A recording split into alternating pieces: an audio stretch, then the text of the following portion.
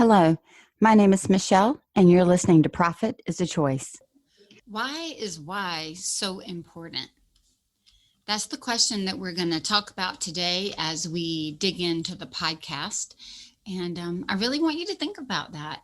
You hear about all of us talking about find your why, start with why. Well, today we're going to look at why it's the linchpin in your design firm.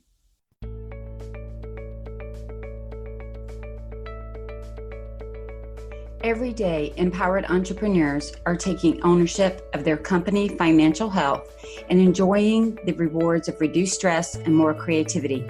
With my background as a financial software developer, owner of multiple businesses in the interior design industry, educator, and speaker, I coach women in the interior design industry to increase their profits, regain ownership of their bottom line, and to have fun again in their business. Welcome to Profit is a Choice. All right, so let's jump in. Why is why so important? Jack Canfield wrote the book, The Success Principles, in 2005. And I remember reading that book and just being blown away by the title of the first chapter, which was Take 100% Responsibility for Your Life. I'll just let that sit with us for a moment. Take 100% responsibility for your life.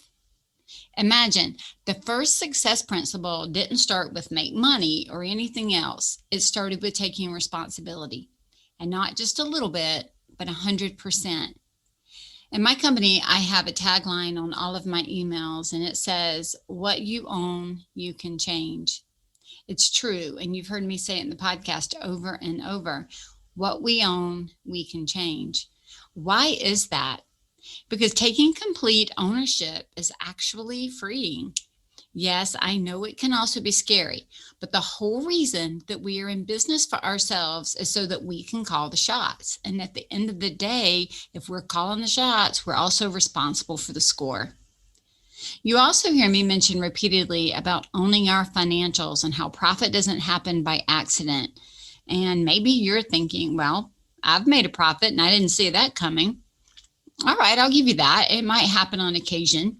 But to create repeatable profit structures, we have to be in tune with all that is going on in our company. No excuses, no passing the buck. Us, me and you, we are owners and we need to act like it. I help companies by using their financials to show the choices they've made in the past. I've told you that before. Your financial documents, and for that matter, any data, is just a numerical expression of your decision making. If we love the numbers, keep doing what we're doing. If we don't like the numbers, we can change it. We could spend an entire podcast just talking about business ownership, but that's not where we're going right now. What I want to do is move to chapter 2 in his book, which is titled, Be Clear Why You're Here. Notice the third word, why. Remember, this book was written back in 2005, and so we're going to talk about why. Brian Tracy says this, decide upon your major definite purpose in life and then organize all your activities around it. I wrote in my own journal back in 2008, my life's why. I was working through all of this and trying to figure it out. And then after I wrote it down, I put it away and got busy. In 2009, I invested in a business with some others, and we ran that for 4 years, and then we sold it. During the time from 2009 to 2012, I was teaching and leading, producing, managing, and growing.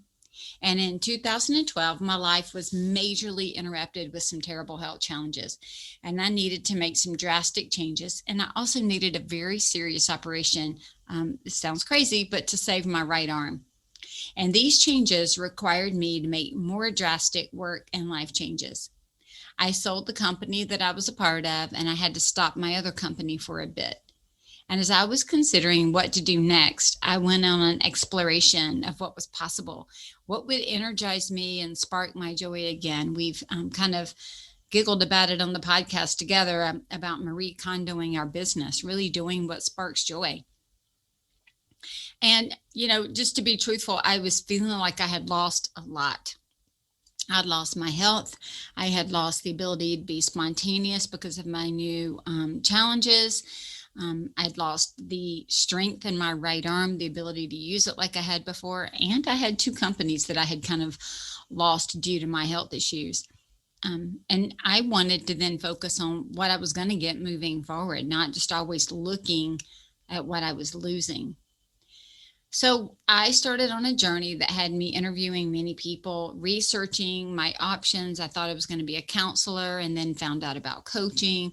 And then I realized that my love, also known as my why, is to equip and empower women to use their God-given talents and strengths to support themselves and the ones that they love. Like at the heart of everything I do, that's what it's for, is to equip and empower men and women, but primarily women, to use their God-given talents and strengths to support themselves and to support the people that they love. And I've been doing this by teaching business classes and pricing classes for years, by supporting other businesses and consulting with them on the decisions they were facing, even by teaching Bible studies in my church and my community. It didn't really matter what the activity was, even sitting with new moms and just promising they were going to get through this phase of their life, and, working with parents whose kids had just been diagnosed with dyslexia because we had to walk that very difficult road with our own son, and just trying to provide a stepping stone for the people walking anywhere on the journey behind me. And what I realized was every one of these activities I did with joy because they were an overflow of my heart. And they were activities that jazzed me and that created changes in the lives of the people that I was serving. And, some of them were certainly for profit. I was making money on them, but others I wasn't. The profit came in a very different way.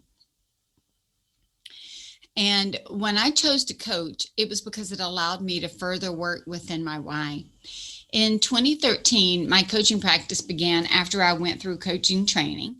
There was no way I was going to claim that I was a coach without knowing how to structure and offer my services in a way that met the standards of the coaching industry. And then in 2013, after starting my Scarlet Thread consulting business, I found the book by Simon Sinek, Start With Why, along with his YouTube video. And just to be, again, very transparent, it rocked my world again. See, I had forgotten all that work that I did in 2008. We're 5 years later, and not just 5 years, but 5 busy years of owning a company, selling a company, putting another on hold, major health challenges, all the things I described to you. There was a lot vying for my attention in those 5 years. And I had put that journal where I'd written all that on a shelf. And so as I'm going back through Simon Sinek's work and writing out my why statement again, I'm moving forward. So that's in 2013. In 2015, I found my journal from 2008. And by that point, I had been teaching the importance of finding your why for at least a year or more. And when I found that journal, I had a moment of disbelief, kind of just like being super stunned. The why that I had written about in 2008 was almost word for word what I had written in 2013 and had forgotten that I'd even done that exercise. Talk about confirmation. What was so interesting was that I could look back and see my why in action in my life and in my business. And both had dramatically changed my life and my business since I first took note of the concept. In the book, Millionaire Success Habits by Dean Graziosi, he discusses finding your why and going seven layers deep to uncover it. To ask why 7 times so that you get to the real heart of why you get up each day. And this deep why creates a connection, and there's an emotional component to it. Sometimes when I'm guiding people through finding their why in my designer's inner circle, many times it leads to tears because there is seriously an emotional connection. If you have not done the work to identify your why, I'm going to beg you to take time to do it and let it guide you this upcoming year. Grab Simon's book or Dean's book and dig into it. Once I was solid with my personal why, I began analyzing my values. So this is kind of how it's progressed. What was important to me personally and in business? And so then using these 2 components, my why and my values, I kind of created a litmus test for decision making. I have a company notebook, and in it I have scripture and quotes that encourage me, my why, my values, and the outcomes, the transformation, if you will, that I desire for my clients. And when I consider working with someone in any capacity, I go back and refer to these and I ask myself some questions. Are we in alignment or are we not? Are we going to be able to work together? Do our values seem similar, or are we, in conflict with that? There's nothing worse than working in conflict. And so I just have decided over the years, and even more clear the older I get and the longer I've been in business, that it's okay if our values aren't always in alignment. It just means we're not meant to work together. I can have respect for other companies. I can stand beside them. I can watch them. I can cheer them on. But it doesn't mean I've got to invite that into my life and into my business and try to work in a way that is uncomfortable for both of us. Maybe you've been there. Sometimes saying yes wasn't like we were saying yes to something that was bad. I've done that before. I've said yes when I should have said no. Maybe it was saying yes to something that was okay, but it took up too much of my time and energy that didn't allow me the room to grow or to say yes to things that were better. You've also heard me mention the book Who's in Your Room by Ivan Misner, Stewart, Emery, and Rick Sapio. And this book was so wonderful because it gave me the freedom to recognize, as they call it, what was an engine and what was an anchor in my life and business. And I began cutting anchors so that I can move forward with activities, people, and processes that were engines. Now I allow my why and my values to invade every aspect of my business and my life. When I focus on my marketing, I run it through the test of my why and values. The same for hiring decisions, client onboarding decisions, vendors I'm going to partner with. We have to be moving in the same direction, or the relationship and work can quickly become an anchor. I even think about it with where am I going to give money, or how am I going to spend money? Even charitable contributions. Are we in alignment? If you have a team, everybody on your team needs to know the company why and the vision, as well as the company mission, which is really just the detail that describes how that why is going to be put into action. Every member of your team should know the values that the company has and how it applies to their work. Because when we all know this, we move forward together. Now, when there's a problem, we have solid ground to go back to. We can all go back to, okay, here's why we do what we do, and here's what we value. Now, how do we solve the problem with those things in mind? I think it's also a great idea to have these up in a place where everybody can see them and where the decisions are being made. Make it beautiful, put it up, hang it up, look at it. But it should be, if it is truly your why, it becomes the core of everything that you do. Back in 2019, when we were all still traveling, I was at the Gaylord Resort in Nashville, Tennessee for the Window Covering Association of America event. And as I was going to the elevator one afternoon, the door beside the elevator was open, and it was a door that opened up into a staff area. And so the staff were kind of coming in and out and moving things around back there. And you know how it is, any open door walking by and you're heading out, you kind of peek in. Well, I peeked in and saw that they had a customer commitment that was written out and framed and hanging on the wall. And I was actually, it caught me again off guard. And I was like, wow, that's pretty cool. And my respect for what they were trying to do was increased. They took what they were committed to doing and they put it on paper and they hung it on the wall. So everybody in that area that worked for the company could see it and be reminded of it over and over and over. We talk about delegating to our employees. And when we delegate, again, it doesn't mean to dump. It means to tell them what to do, how to do it, the expectations, and so that they are prepared. And how better to prepare them than to know that if they make decisions that move your why forward and keep it front and center along with the values of the company, even if it's not the decision you would have made, it is one that you can usually live with because they kept everything about the company, this is kind of the heartbeat of a brand, right? And it holds it all together.